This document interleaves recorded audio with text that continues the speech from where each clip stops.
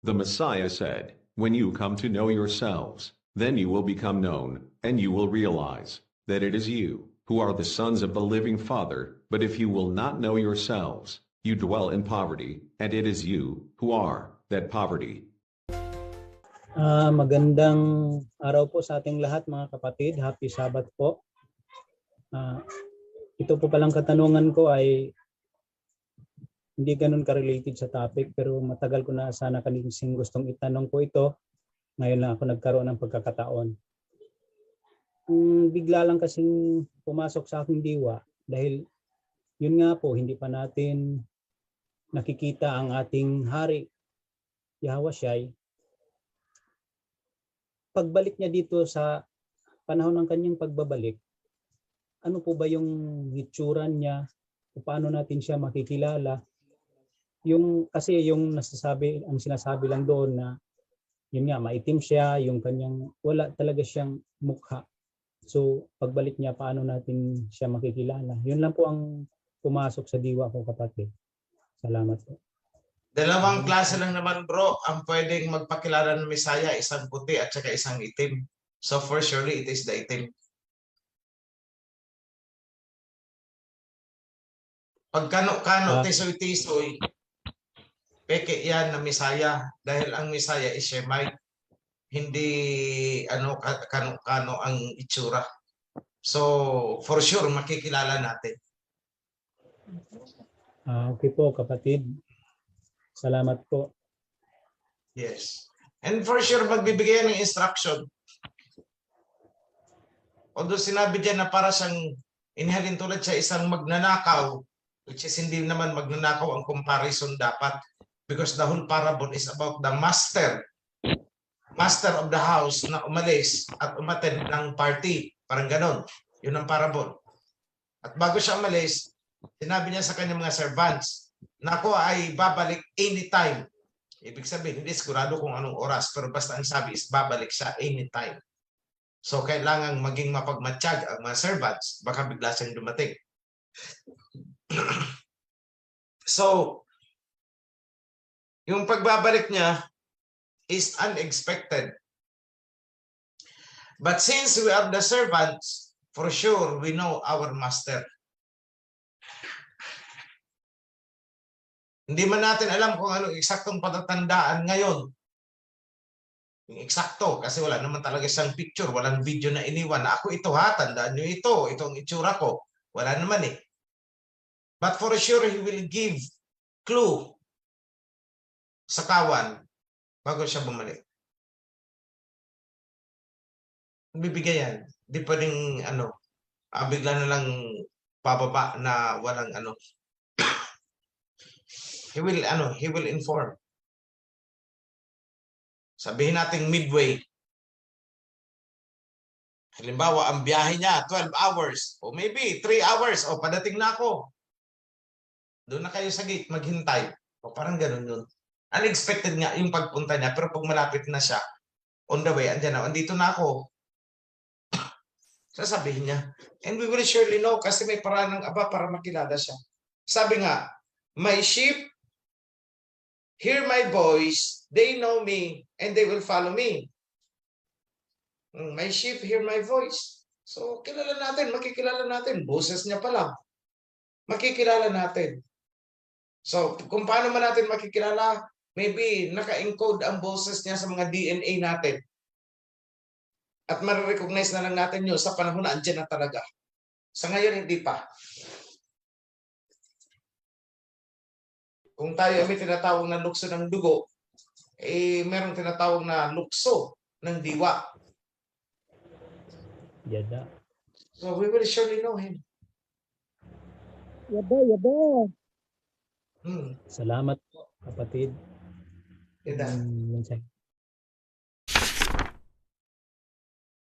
Kung ang sanggol bagong silang ay ilang araw o buwan na po siya ay dapat matuli kaagad. Ang pagkakaalam ko po ay 8 days from pagkatapos niyang mailuwal mula po sa bahay bata. Tama po ba, mahal na hari? Yes. Okay po. Yun po ang sagot, kapatid ha. Paano po pag sa bahay lang mag-celebrate ng Passover, pwede po, at wala din lalaki? Allowed po ba ang babae na mag-concentrate ng tubig na gagamitin? Salamat po. Yan po, mahal na hari, baka magkamali ako ng sagot. Kung wala talagang lalaki, yes. Yung nanay. Okay. Yung Po, nanay, kapatid. kung widow, walang lalaki, or whatever reason. Tanong ko po, pwede ba ipainom ang consecrated water sa hindi pa baptized at hindi ka panalig sa kawan? Mahal na hari, kung pwede daw po bang ipainom yung tubig na consecrated po. Para sa kawan yun. Okay po. Hindi po pwede, kapatid. Sorry po, hindi pwede. Okay. Felix Lecta, may tanong po ako sa pag-consecrate ng tubig. Di ba magsusunog? Ito po, di ba magsusunog ng insenso at kamangyan? Need po bang ipaikot yung insenso kamangyan sa iniaalay na tubig po? Yun po, mahal na hari, ang kanyang tanong po.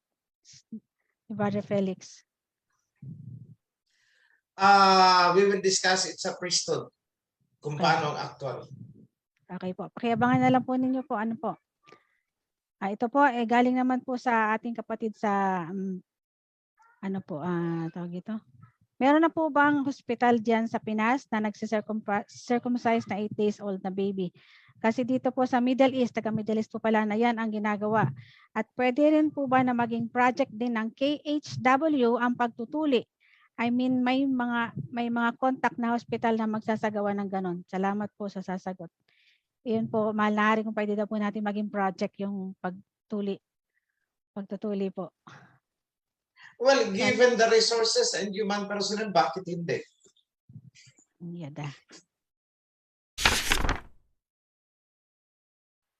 Hello po. Tanong ko lang po kung dun sa living water. So kung aabot ba yun ng isang taon, so pwede ho yung makontaminahan. So kung ganun ho ba, pwede ho bang tanggalin muna sa container yon, filter, pakuluan, tapos finisin yung container. Okay lang ho ba kung ganun? Yes. Walang problema. Yes. Pwede nyo i-sterilize yan. Magtira kayo yung 1 litro. Pakuluin nyo. Tapos reko ng bago. O di ilagay nyo yung 1 litro na natira ng ano na pinakuluan nyo. Maraming salamat po. Question po, sa washing of the feet po ba, partner po? Kung halimbawa, iisa ka pong sa loob ng covenant, ibig sabihin, hindi pa kasama ang family mo at mag-observe sa mga HOP. Salamat po sa kasagutan. Be blessed po. Yun po, mahal na kamahalan. Ang tanong po ng ating sisi. Paano yan, sis? Ano po, sa washing of the feet daw po, ay partner. Siyempre po mayroong partner. Kung halimbawa, iisa lang daw po siya sa loob ng covenant, ibig sabihin, hindi pa kasama ang family at mag-observe sa mga HOP. Salamat po sa kasagutan para malabo yun. Pwede po ba siyang, ibig niya sabihin po, sa bahay po nila kasi siya lang po siguro mag-isa. Paano niya isa-celebrate yung pag-washing of feet? Or pwedeng dadalhin na...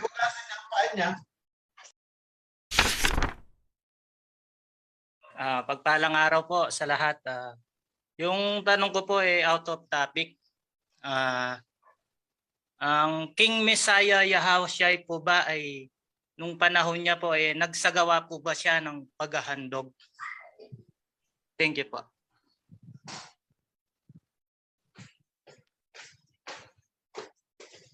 Okay. Nagsasagawa ba ng paghahandog si Messiah Yahushua noong kapanahonan niya? Okay. Anong sabi ni Messiah Yahushua?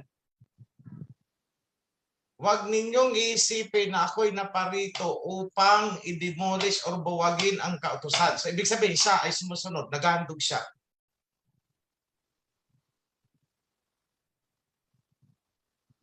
Naghahandog siya. Sumunod siya sa mga kautusan na yun. Nag-pass over nga siya eh. Di ba? So, ibig sabihin, lahat yun sinusunod niya. Kasi kung hindi siya sumusunod, kahit yung pass over, hindi niya isi-celebrate. Diba? Yun. Okay, kapatid. Follow up po, King. Sige, go ahead po. Kasi tungkol po kay Judas Iscariote, yung pong pag-aano niya, Kumbaga, yung ibinenta niya ang King Messiah Yahawashi, nagkasala po ba siya doon? At kasi nasulat po sa kanya ay mas mainam pa na hindi na siya ipinanganak. Paparusahan po ba siya doon? Nakasala po ba siya doon sa ginawa niya? Yun lang po. Well, ganito kasi yan eh. Unang-una, kung yung pagpatay kay Messiah Yahawashi, kasi I used to entertain this possibility na kung wala si Judas, hindi matutuloy yung prophecy. Pero sa akin is, marami naman pwedeng magturo na yan ang Messiah o bakit yung isang disipulo pa? So for that, he can be punished. Pinagkanulo niya eh. Pinagkanulo niya. Pero kung i-justify natin ngayon sabihin natin on our interpretation na kailangan talagang gawin ni Judas para magawa mga pangyari, which I do believe on that also, tingin ko bakit si Judas na lang ba ang pwedeng gumawa nun? Mas masakit sa Messiah yun na sarili niya pang tao. Pwede naman siguro yung ibang tao ang dami namang nakakakilala sa Messiah noon. Why of all the people, isang disipulo niya pa? O kaya sinabi ng Messiah na mas maigi pang hindi ka na lang isinilang. Kasi nasusulat naman dyan eh. Lahat ng pagkakasala, lahat ng ginawa natin may corresponding na katapat na consequence. So sabihin na natin na talagang sa paligid ng Messiah noon, si Judas ang weakest link na dinaanan ng dyablo. So ang ano daw ni Judas is siguro may kakulangan siya sa pagtitiwala sa Messiah, kaya siya ang napasukan ng evil spirit. Pero kung naging matatag siguro si Judas, ay hindi siya ang magiging instrumento. Baka isa sa mga kakilala nila. Not necessarily na yung isa sa mga disipulo kasi masakit yun sa Messiah. Pero alam ng Messiah na ganun ang mangyayari. He knows everything na anong susunod na na si Judas ang magiging weakest link. Kasi siyempre kasama niya alam niyang ugali ni Judas, alam niyang nangungupit. So alam niya na ang weakness ni Judas ay pera. At alam ni Messiah na dahil pera ang weakness ni Judas, madali itong suhulan. Okay, sabi ng Messiah, isa sa inyo ang magkakanulo sa akin. So, yun. So, kung may kaparusahan, yes, may kaparusahan siya, of course. Kasi, kung ginawa mo nga yun sa isang ordinaryong tao, condemned ka under the law, how much more ginawa mo sa Messiah? Di ba? Yun lang. So, Judas has to pay for his sin. Kaya niya magbayad sa kasalanan niya. Kasi kahit ordinaryong tao lang ang ginawa niya noon, pagkanulo niya para mapatay ang taong yun, naging accessory siya sa crime, magbabayad siya. Lalo na't ang ginawa niya is yung Messiah pa. O, di ba? O, ganun lang yun. Magbabayad si Judas. Opo. King Day po ba, ano po siya, inutusan po siya ng King Messiah Yahawashi po? Well, actually, ang sinabi sa kanya is gawin mo na kung anong pinaplano mo. Ibig sabihin, hindi siya inutusan na ipagkanulo mo ako. Dati nang buo sa isip ni Judas, premeditated ang mga plano ni Judas, kaya sinabihan na lang siya ng Messiah, pinayagan siya. O sige na, gawin mo na kung anong gusto mo. Hindi siya sinabi, oy Judas, ipagkanulo mo na ako para mapatay na ako. Hindi. But rather, dati nang ganon ang nasa kalooban ni Judas, pinayagan na siya ng Messiah na, o sige na, gawin mo na kung ano yung nasa puso mo na gusto mong gawin. Sige, go. Yun. Yun po yun. Yada. Thank you very much po, Mahal na Hari. Thank you po. Be blessed po. Bless. Salamat po kapatid. Mahal na Hari, meron pong tanong dito tungkol sa pagtutuli.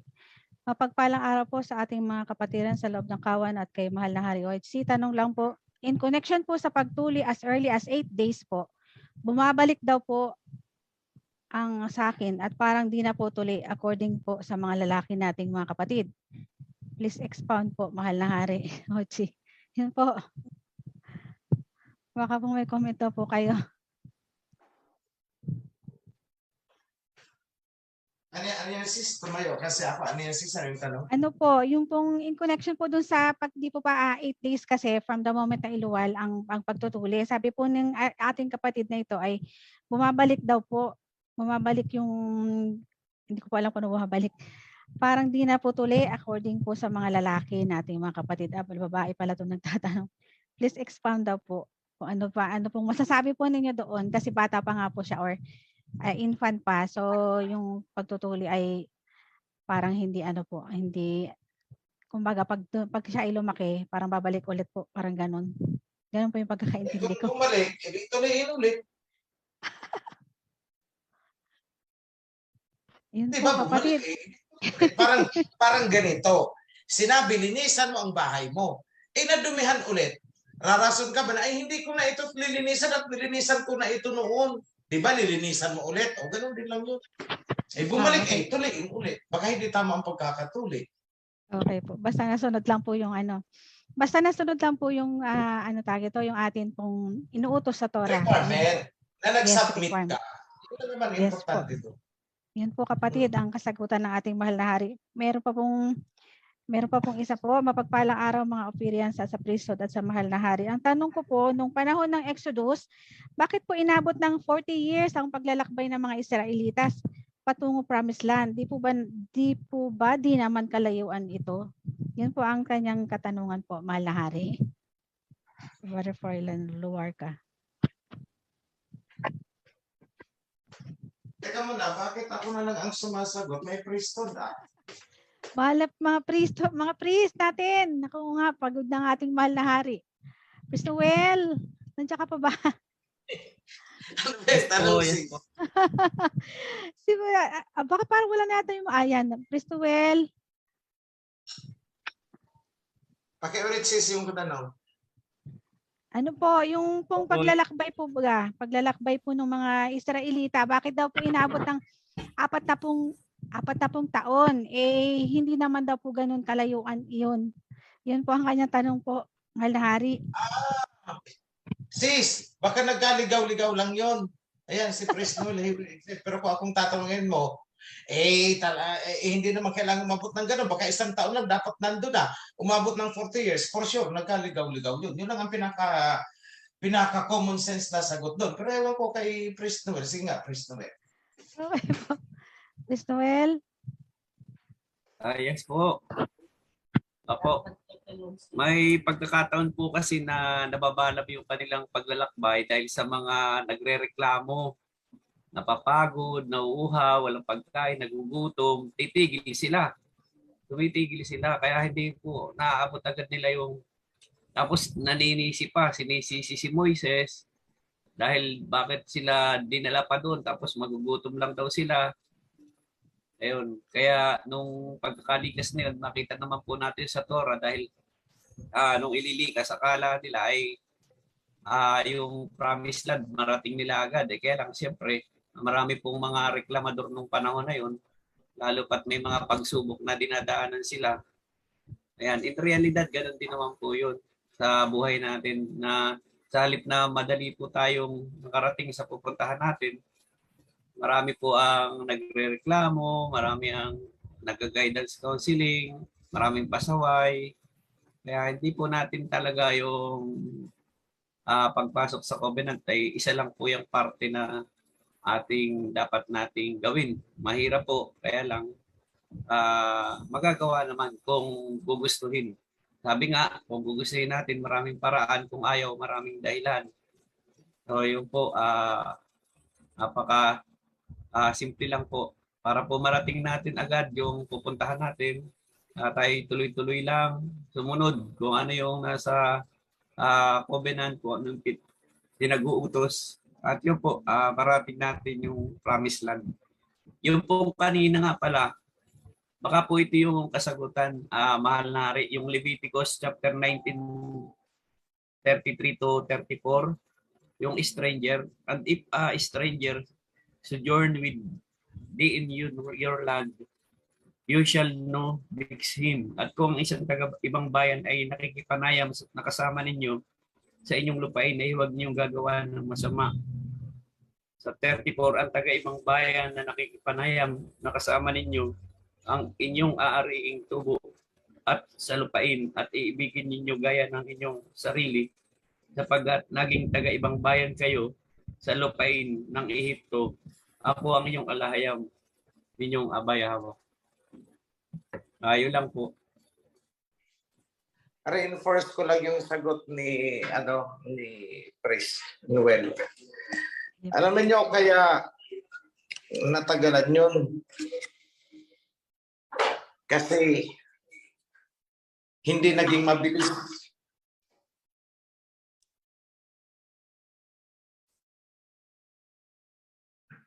No, yun.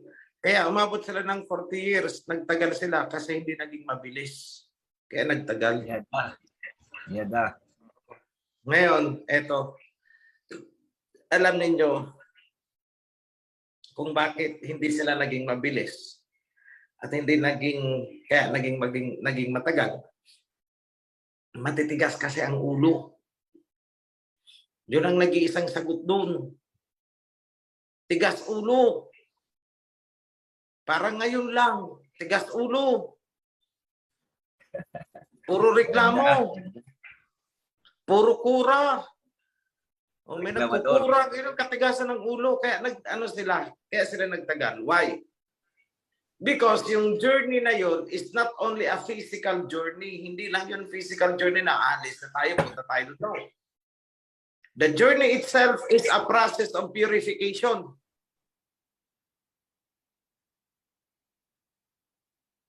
Yung journey na yun ay process din ng refining, purification. Kaya gano'n nagtagal yun. At lalong nagtagal kasi tigas ulo nga. So bakit ko nasabi na refining and transformation yun, yung journey na yun, kaya nagtagal ng gano'n dahil sa tigas ng ulo nila. Eh kung masunurin sila, they would not prolong their agony. So, bakit ko nasabi? That's a refining process. Kaya tumagal ng ganon. Kasi, nung pumapasok na sila sa Canaan, bago sila pumasok, binasahan sila ng mga blessings and curses kapag nilabag nila ang covenant. Blessing kapag sumunod, curse kapag sumuway. So that is the final right, kumbaga, the final right of initiation para makapasok sa promised land. So it is a process, purification process. Kaya umabot ng ganun dahil sa katagalan ng katigasan ng ulo nila. Yun ang pinaka-definite doon. Tigas ulo kasi. Yun lang.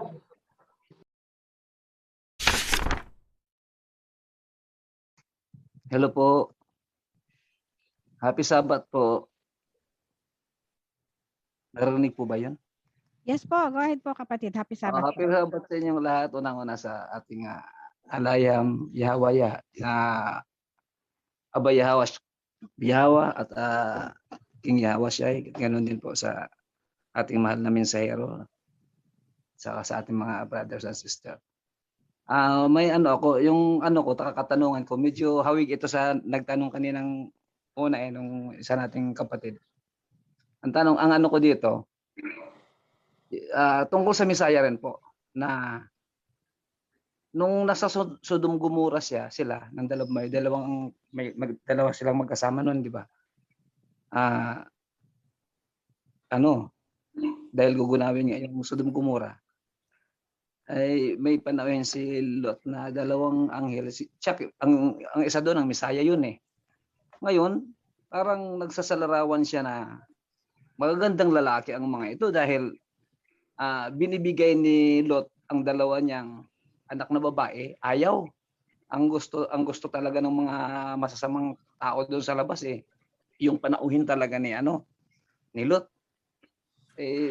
Parang na ano ko sa isip ko na siguro itong magagandang lalaki dahil ayaw sa babae, gusto sa lalaki. Ngayon pagdating doon sa Isaiah 53 verse 2 ba 'yon? Hanggang 3, 4, 5 hanggang 10. Nakasulat doon na walang kagandahan, hindi siya kaakit-akit. Walang makita sa kanyang kagandahan. So, hindi siya kaakit-akit. Ang tanong ko dito is sa pagbabalik ng Messiah, alin kaya ang magiging dala niya pabalik na itsura, na kaanyo-anya? Yun kaya yung nasa Sodom Gomorrah siya o itong sa Isaiah 53 verse 2. Yan lang po. Okay, bro, para sa'yo, ano ang ibig sabihin ng kaakit-akit at hindi kaakit-akit? Ayon po dun sa Isaiah 53, King OHC, wala daw, walang kagandahang makikita sa kanya. There is nothing for us to be attracted to him.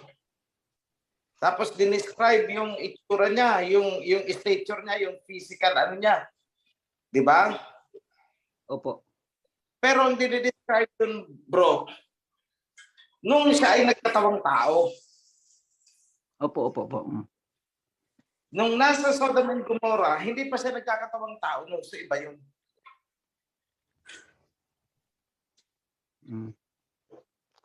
Di ba? Ngayon, alin ang babalik? Ito ang tanong ko, pagbalik niya pa, katawang tao ba siya? Hindi na. So hindi siya yung sinasabi sa Isaiah pagbalik niya. Opo. Kasi yung sinasabi lang sa Isaiah is yung magiging itsura niya pag siya ay nagkatawang tao. Hindi nagkatawang tao pag babalik Hindi na siya katawang tao. So hindi na yun ang itsura niya. Yada. Okay? Okay. Ito ba yung tanong mo? Nasagot na po, kapatid. Okay, salamat Opo, po, kapatid. maliwanag po. Huwag Salamat po. po. Confuse. Okay po.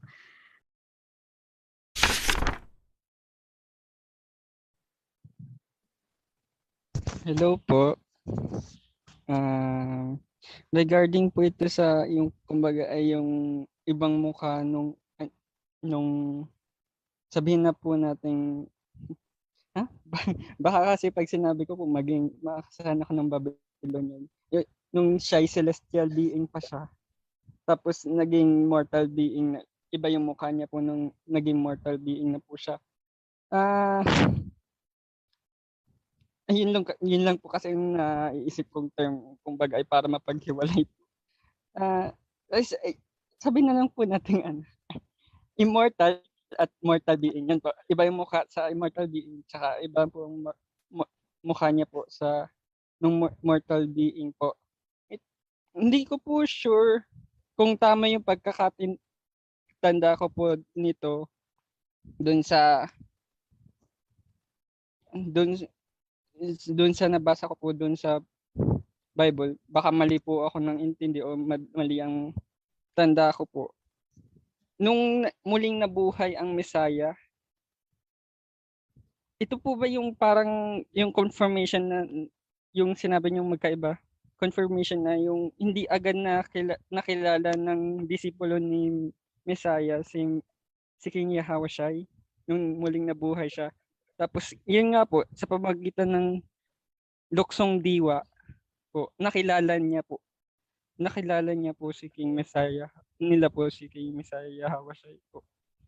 Yun po ba yung pinakitang muka?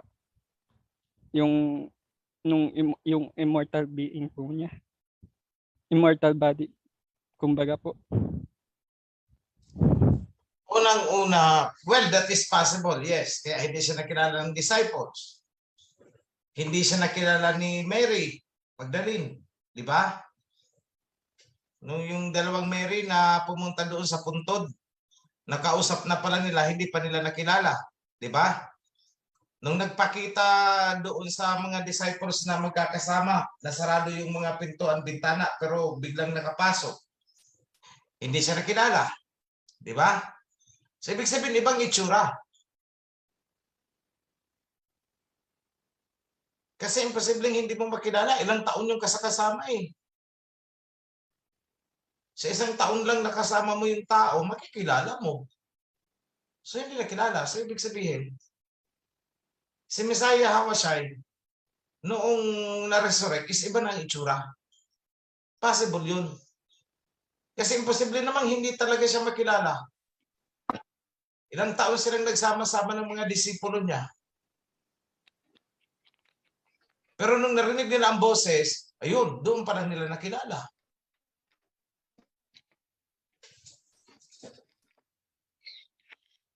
Salamat po sa pagtag. Di ba? Ngayon, si Messiah Hawashai, nung siya ay na-resurrect, nasa transformation pa siya nun. Hindi pa kumpleto.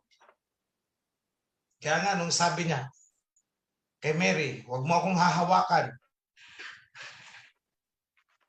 Sapagkat ako hindi pa nakakakyat sa aking ama. Correct? Ibig sabihin, hindi pa kumpleto ang transformation niya.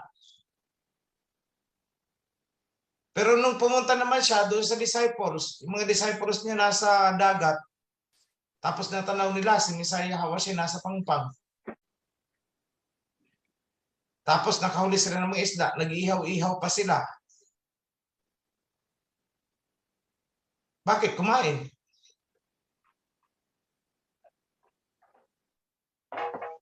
Kasi ang katawan ni Messiah Hawashai after resurrection is meron pa siyang physical flesh. Yung physical flesh nakagaya ng status niya noong sa Gomorrah, nung ginunaw ang Sodom and Gomorrah. Di ba? Kumain pa siya kay Abraham.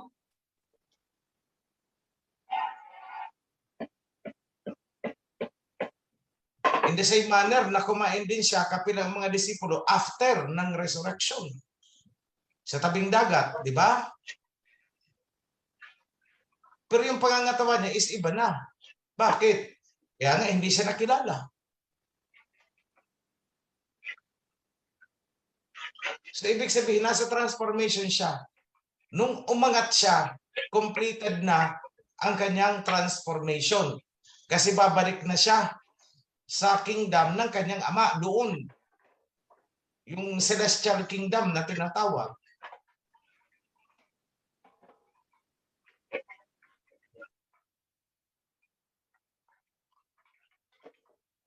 Hindi pwedeng flesh ang pupunta doon. So naghihintay pa siya ng ilang days na makomplete yung kanyang healing process. Di ba nung nagpakita siya kay Philemon ba yun? Kay Felipe. Nandun pa yung pinakuan, di ba? Andun pa yung sugat niya. So ibig sabihin, hindi pa completed ang yung proseso ng pag-heal ng kanyang katawan. Bakit may sugat pa? O, buhay na siya. Pero may sugat pa. Kasi physical flesh pa yun. Pero kakaibang klaseng physical flesh na yun. At mag-transform pa siya to a higher level. Yan yung spiritual body niya. Magko-convert pa yun. At doon siya umakyat. Nung kinuha na siya, completed na. Nakuha nyo? Pansinin niyo ang proseso, yung stages. Nung nabuhay siya, ang unang nakakita si na Magdalene. Correct?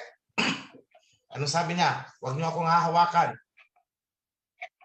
Ibig sabihin, baka may infection siguro, may sugat pa siya fragile pa siya. Parang gano'n siguro. Maaantala yung proseso ng kanyang healing process. May sugat pa siya Kaya huwag niyo akong hahawakan. Hanggang sa nagpakita siya sa bahay ng mga disipulo nung nagtitipon-tipon. May sugat pa siya. Pero nagpahawak na siya. O, anong sabi niya kay Felipe? O sige, ipasok mo yung daliri mo sa pinakuan sa akin. O di ba? O pinayagan niya na. Pero nung umakyat na siya, wala nang sinabi na may sugat pa. And definitely, he is not a physical body anymore nung umangat siya. So yan ang interpretation ko dyan sa sequence of events. And I believe, ganyan din ang mangyayari sa atin. After resurrection, may physical body pa tayo. Then magta-transform yan into something else. The incorruptible substance. Well, sa akin, that is my analysis. Hindi yan expressly sinabi sa Bible na ganun nga. Pero kung titingnan mo, ang sunod-sunod, yung development ng nangyari kay Messiah Hawashai, ganun din siguro yung steps na pagdadaanan natin pagbalik niya.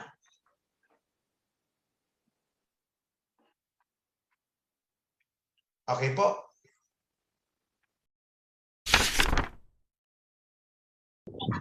Okay, magandang hapon po sa lahat. Pasensya na po, mahangin. Magandang hapon po, King Oichi, King Ferio. Pwede bang ma-address sa kanya? Yeah, sige, Ang go ahead, bro. katanungan po. Go ahead po, go ahead. Ayan.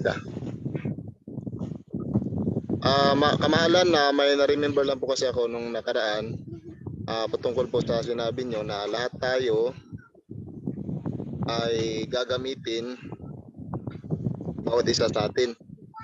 So gusto ko pa lang po i-connect itong katanungan ito sa nabanggit nyo kanina, yung tungkol sa mga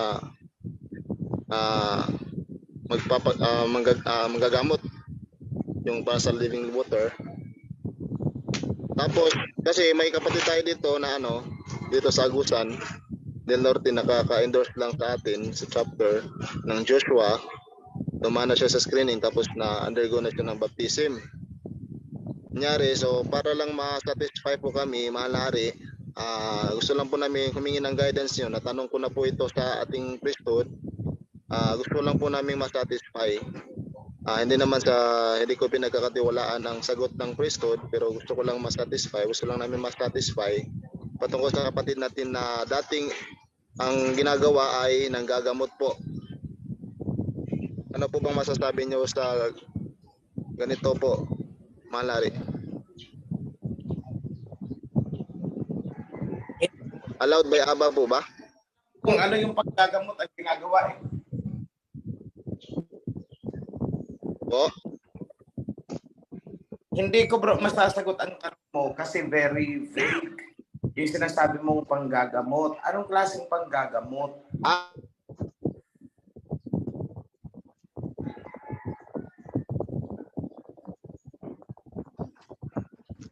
Ang gamit niya lang is Ama. Yan lang daw.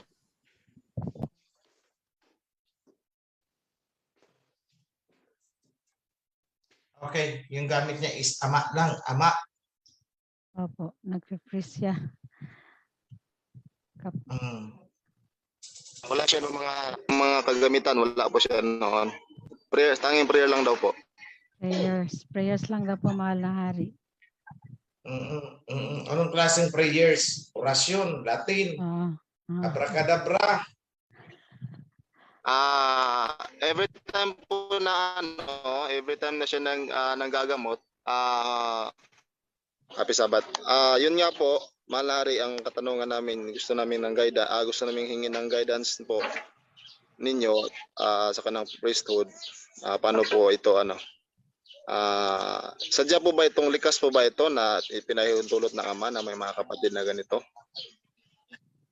na nanggagaling? Nanggagamot po. May mga bibigyan ang Aba ng talent,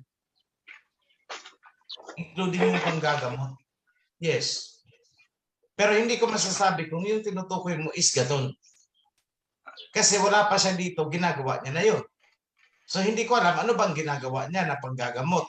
Sabi mo nagdadasal-dasal siya. Ang sunod kong tanong, anong klaseng dasal ba? Yung Ama.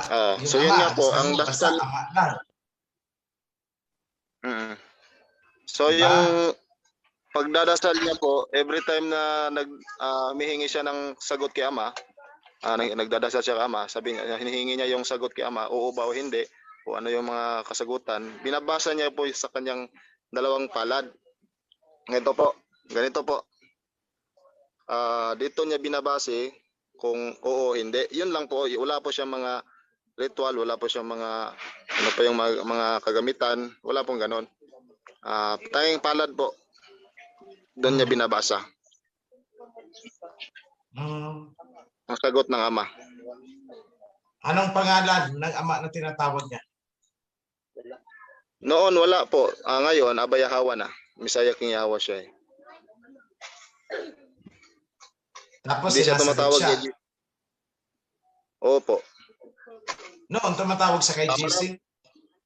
Marami na siyang napagaling po. Hindi po siya tumatawag kay GC. No. Hindi po daw siya hindi niya ginagamit ang pangalan ni GC. Kahit noon? Yes po. Ama lang daw. Okay. So in that case, I will observe. Let us observe. Yun ang sinasabi Yes, na test the spirit. Yada. Test the spirit. So at least alam namin na allowed ng Ama na may mga ganito talagang pinagkakalooban niya ng kung sino man. Pero I want you also to remember yung sinabi ng Messiah Hawashai. Hindi lahat ng tumatawag sa akin ay tao niya. Diba? Hindi lahat ng tumatawag sa akin ay makakapasok sa kaharian, sa aking kaharian. Diba? Sinabi niya, ibig sabihin, hindi lahat ng tumatawag sa kanya ay kanya. Ang sagot naman ng tao, sa pangalan mo kami ay nagpagaling din. Pangalan na yon. Sa pangalan mo kami ay nagpagaling din. Sa pangalan mo kami nagpalayas din ng demonyo. Pero anong sagot ng King Yahweh? Magsirayo kayo sa akin, hindi ko kayo kilala. That's why I'm saying, observe, test the spirit. Okay po. Sige po, so far po, nakita naman namin ang kababaan ng loob ng kapatid natin. May humble spirit naman na nakikita natin. Tawag nito, submissive naman. Gusto nga niyang magpa-guide sa mga priesthood natin at sa inyo po kung paano po niyan Kasi may nakikita din po kasi siyang hindi namin nakikita. Na siya lang daw po nakakita. Yung sinasabi niyang diwata. Maraming ganyan sa amin. Maraming ganyan sa amin, bro. Yung isa nagbibisyo. Tapos kalao na nagkura na. Dahil gusto niya siya ang maging king. Siya daw ang kinurunahan. Siya daw ang tinawag. Yahweh siya din. May tungkod. Yung tungkod niya siguro nagsasalita na ngayon. Does it make a difference? I'm not saying na ganun siya. But, ang sabi ko nga, observe. Makikita niyo naman yan pag may ginagawa. Makikita niyo naman yan kung may ginagawa na wala sa kasulatan. Tingnan niyo, ang ginagawa niya ba ay sinasabi sa kasulatan? Pag wala doon, pag taliwas doon, kahit na Yahweh siya, hindi yan. Sige po. Ang advice po sa mga priesthood ay procedure. Kaliit-liitang procedure na ginagawa pag nagdarasal. Tingnan nyo. Kasi be careful. May nasusulat dyan, sa pangalan mo kami ay nagpagaling. Sa pangalan mo kami ay nagpalayas ng mga espiritu. See? Nanggagamot sa pangalan. Nagdarasal din. Pero bakit itinanggi?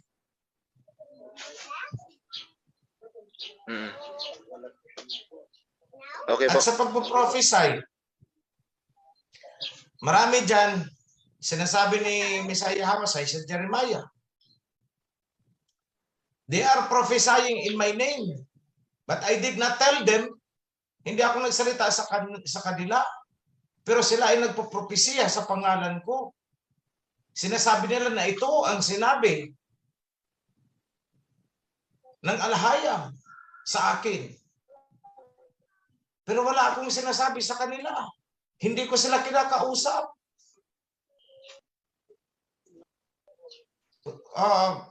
Anyone can share? Jeremiah. Nasa Jeremiah yan. Wait lang ha. Sige, ako magbubukas. Sige po.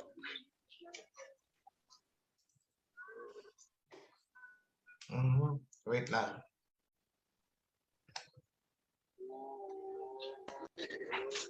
Ito. Jeremiah chapter 14. Verse 14. Jeremiah chapter 14, verse 14.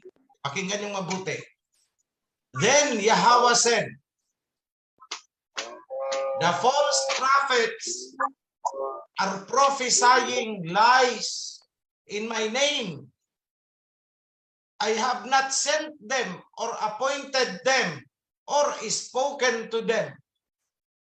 They are prophesying to you false visions, divinations, idolatries, and delusions of their own minds. Sino makakapagbasa niya sa Tagalog? Jeremiah 14:14. Mamaya may babasahin pa ako. Yan ha, sa pangalan yan. Ni Abba Yahweh din.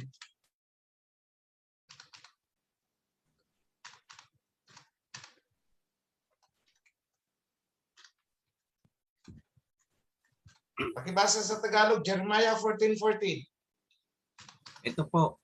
Nang magkagayoy sinabi ng alahayam sa akin, ang mga propeta ay nanghuhula ng kasinungalingan sa aking pangalan. Hindi ko sila sinugo o inutusan ko man sila o nagsasalita man ako sa kanila. Sila'y nangangaghula sa iyo ng kasinungalingan na pangitain. Kamahalan, pwede ka po bang basahin yon? At ng Tagalog? panguhula. Kamahalan, pwede ka po bang basahin yon? Tagalog. Ang sabi po dito sa Jeremiah 14:14. Hindi nakamonito. Binabasa na po. Delayed ang internet. Praise Noy. Wala na ano na siya. Na-mute na. Nawala po. Praise Noel, pakiulit po. Nawala po na si Ito po yun, mga kapatid. Nang magkagayoy sinabi ng alahayam sa akin, ang mga propeta ay nanghuhula ng kanilang kasinungalingan sa aking pangalan. Hindi ko sila sinugo o inutusan ko man sila o nagsasalita man ako sa kanila. Sila ay nanganghuhula sa iyo ng mga kasinungalingan. Napakitain at mga panguhula at mga bagay na wala at ng daya ng kanilang sariling puso. Yada. Yan. Salamat po. Prisnoy, nabasa na po ni Prisnoel. Salamat po, Prisnoy. Okay, mahal na hari. Yes. So clear po tayo ha. Hindi lahat ng pangalan din ni Abba Yahweh, pangalan din ni King Yahweh siya. Both Old and New Testament. Mga nagsasabi na ito ang sinabi sa akin ni Abba Yahweh, ikaw ay gagaling. Ano sinabi ng Jeremiah 14:14?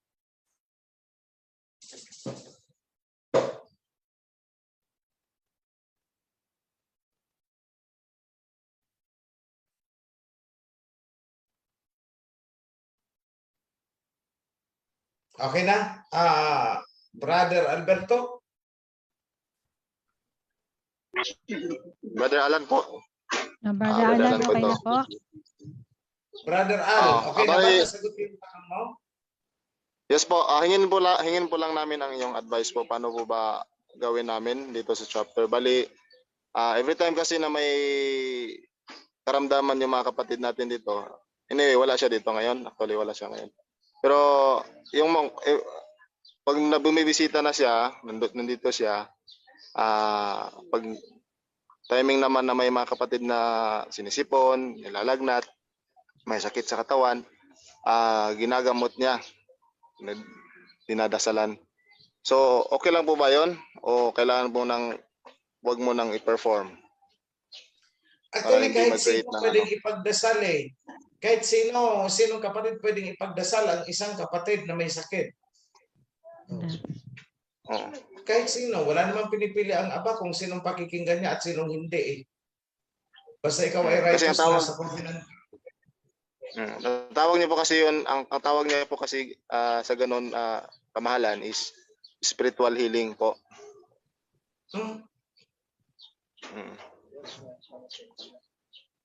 Di ba yan din ang tawag nila? Lagi.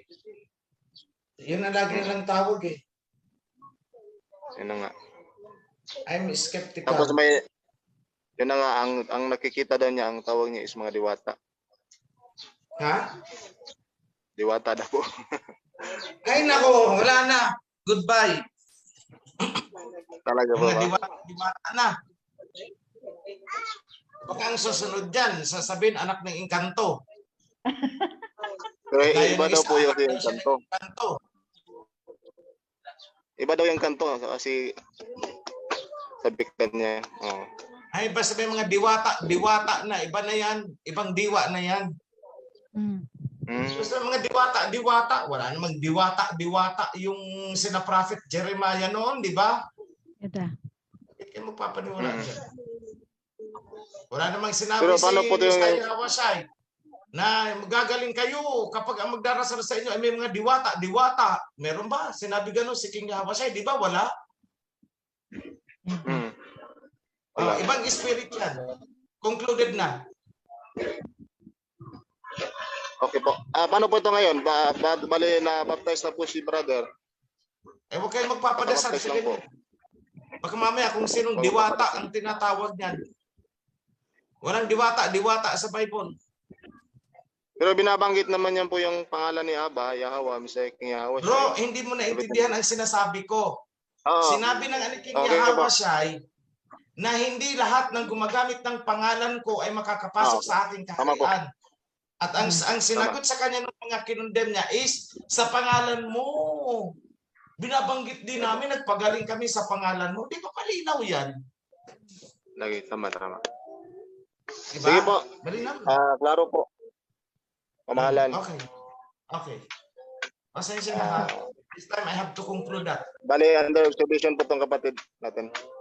Ibang diwa yan. Diwata yan. Ay, salamat po. At least po na kami. Na-aware kami at alam na namin yung gagawin. Halo na sorcery yan. Kasi si Messiah Hawashai, sina Peter, sina Jeremiah noong kapanahon nila, wala ni isang nababanggit na diwata at inihahalo sa banal na pangalan ng Aba.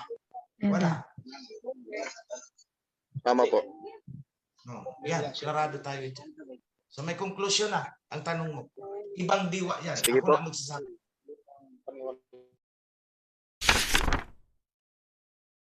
Hello po, good hello po, good afternoon po. May katanungan po dito po sa aming kawan na hindi po namin masagot. Yung araw, bawal po magtira ng pagkain. The next day in the morning, lahat po isusunugin. Ngayon po, ito po yung tanong niya. Kung 16, ng April of 16, pwede na po bang magluto ng marami? Kasi 7 days po tayo meron celebration. So, pwede na po magluto na mag-stack na po para hindi po yung everyday nagluluto po na unleavened bread. Yun lang po ang aking katanungan. Salamat po. Yung sinasabi na susunugin ang matitira is yung sa fellowship offering po yun. Halimbawa, nag-ano kayo ng kambing, fellowship offering. Opo. Dapat, hindi ninyo pauumagahan ang fellowship offering. Kung may mapapaumagahan na sobra, kailangan sunugin nyo na yun. Ang fellowship offering po is inihaw. So, pwede po. Opo. Ang unleavened bread po, mahal na hari, pwede po namin kainin kahit meron po tira the next day po. Yes. Na hindi po namin. Pwede. Yes. Maraming salamat po, mahal na hari, sa kasagutan nyo kasi po yun po ang mga tanong sa amin ng kawan na hindi po namin masagot sila na kasi po, siyempre, wala po kaming kaalaman masyado. So, naitanong po namin sa inyo, mahal na hari. Maraming salamat po. You can have a variation, di ba? After the Passover, you still have 7 days. Pwede kayo magluto ng hot cake. Ng yung hot cake style ng yung typical na pancake na harina, may asukal, di ba? Tapos may kunting asin, lagyan ng asukal, wala namang yeast yung asukal eh. Talagang walang lasa. Pwede niyong pasarapin yan. Basta ang aalisin yung pampaalsa. Hindi kailangan walang lasa ang unleavened bread. Pero yung gagamitin natin during the ceremony itself, dapat yung very simple na asin lang ang idinagdag. Kaya huwag kayong magluluto ng marami nun. Because that is only for the ceremonial. Pwede nyung lagyan ng mga herbs yan. Kasi nung nag-pass over sila nun, may mga herbs. Pwede. Basta ang alisin lang talaga ninyo is yung pampaalsa. Walang ibang ingredient na ipinaalis kundi yung pampaalsa. Yun lang. So, ibig sabihin, pwede nung lagyan niya ng vanilla flavor. Pwede. Pwede din naman yung pampaalsa. Gusto nyo lagyan ng itlog, di pwede.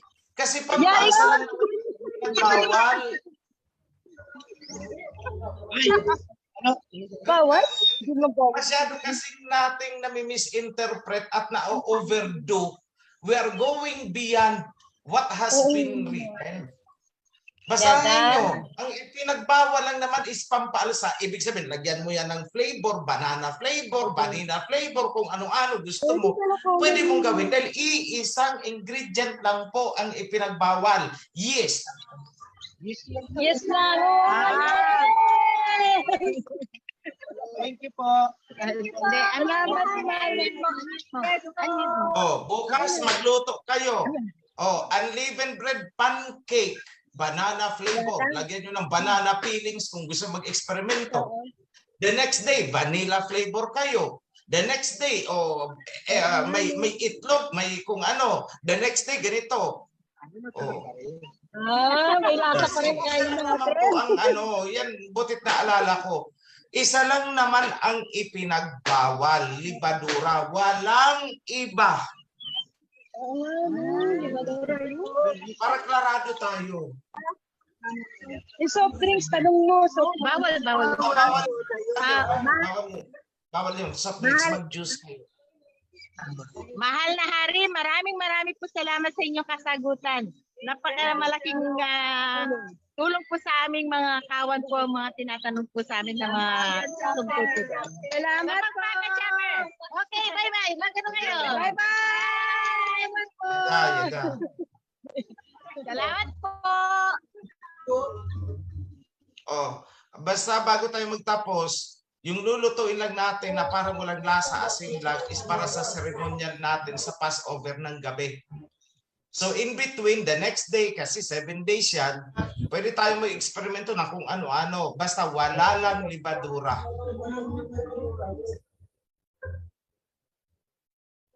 Okay na po. Clear po, mga kapatid. Wala na. Uwian na. Sige. Bye-bye muna. Yan. Nakamute po kasi. Mahal na hari, nakamute.